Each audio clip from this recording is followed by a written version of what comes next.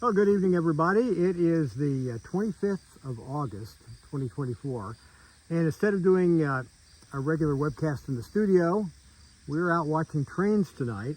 And in between trains, Elizabeth will get caught up on some of her book reviews. Which I have plenty of. And we're between Greencastle, Indiana and Fillmore, Indiana, right along the CSX main line. We do a lot of train videos and photos from this location. And Elizabeth's going to do, she's got about 3 book reviews tonight. We'll make those separate videos.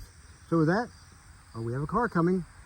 There will be a little bit of background noise because there is a road up here to your right.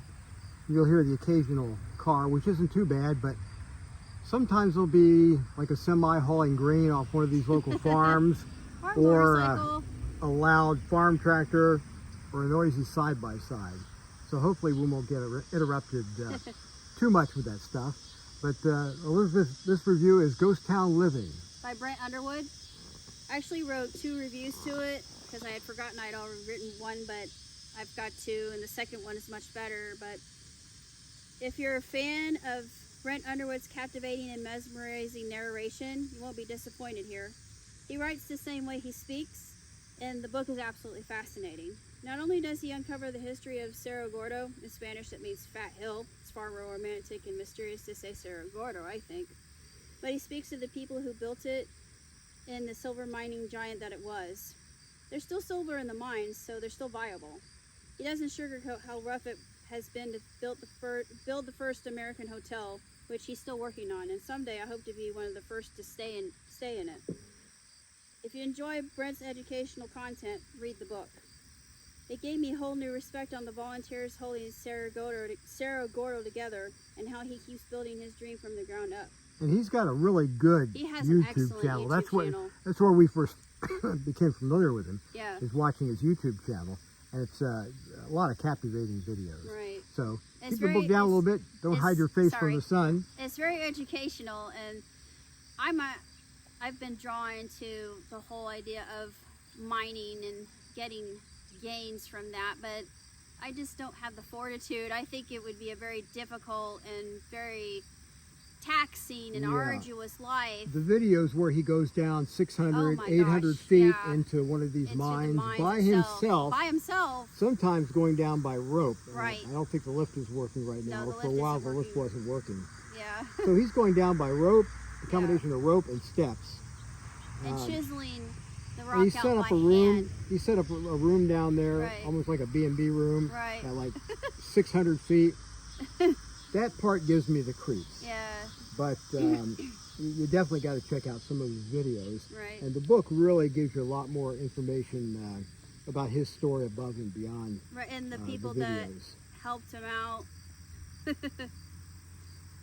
I'm actually going to read an excerpt from one of the chapters in chapter 5, the long-term consequences of short-term thinking. There it is. Take it. Snow had fallen the night before, and the morning light danced on the white blanket on the distant mountain peaks. There's something about the silence that comes after a snow. It gives you time to think, time to admire the way how the snow hones the light to a knife's edge. It makes you believe that you can see forever. From where I stand, I can see the entire outline of what was once Owens Lake. It's hard to imagine looking at it now, but once upon a time, Owen Lakes covered an area 4 times the size of Manhattan. It had lain there, cradled between the snow-capped mountains of the Sierra Nevada and the Inyo Mountains, undisturbed for 20,000 years, ever since the retreating glaciers carved out its bed of the rock and filled it to the brim with cold, clear water. It was a sanctuary and a source for life that everything that had ever lived in this desert. Massive flocks of birds would circle the sky, blocking out the sun before they descended in formation to the shore. Twice a day at dawn and again at dusk, deers, bears, wolves would make their way to the water's edge. The Shoshone and the Piowates, people who understood at their core the worth of water, would make pilgrimage there to ease their thirst and to share the legions of fish that swam in the deep blue waters and hunt the uplands that rose from the shoreline. Even after the immigrants staked their claims in this place and built a boom town out of their dreams of riches, the placid waters of Lake Owens rarely had to suffer any greater indignity and the occasional barge laden with silver or provisions chugging across its surface. Standing here now, seeing the lake so diminished and degraded, a ghost lake at the foot of a ghost town, I try to convince myself that maybe, in the grand scheme of things, it's better this way. If that lake were as vital as alive as it once was, then Cerro Gordo might be Tahoe, an oasis in the desert for the affluent, its rugged shoreline ringed with second homes torn from the pages of one of those sunset magazines I found, and not the place I've come to love. But I can't help but feel a sense of loss anyway, tinged, perhaps, with a touch of anger. There it is, take it, were the words of William Mulholland, the superintendent of the Los Angeles Water Department, who in the early 1900s devised a plan to take all the water out of what was then Owens Lake. And so they did. Using all the foul alchemy of early 20th century technology, they wrested every drop of water they could from this pristine lake, manhandled and channeled it, and ran it down to the Los Angeles basin, leaving behind the sun-bleached bones of what used to be Owens Lake. And they were celebrated for it. The bad guys won.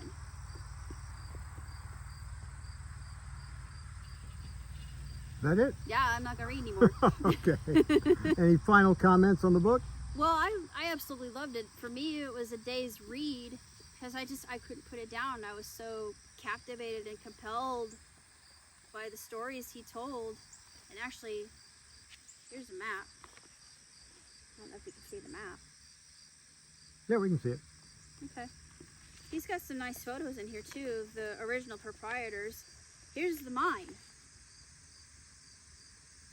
Yeah. And that's the one he normally goes down Yeah, in that's pretty yeah. frequently. Pretty frequently. Yeah, you got to check out his Yeah. YouTube channel. I think And the this channel's is- called Ghost Town Living. Ghost Town Living. And there's Cerro Gordo, the map. And I believe you can go there and stay at. They've rebuilt the hotel. He's Did a really rebuilt nice the job of it. hotel, and he's working on making it the first American hotel.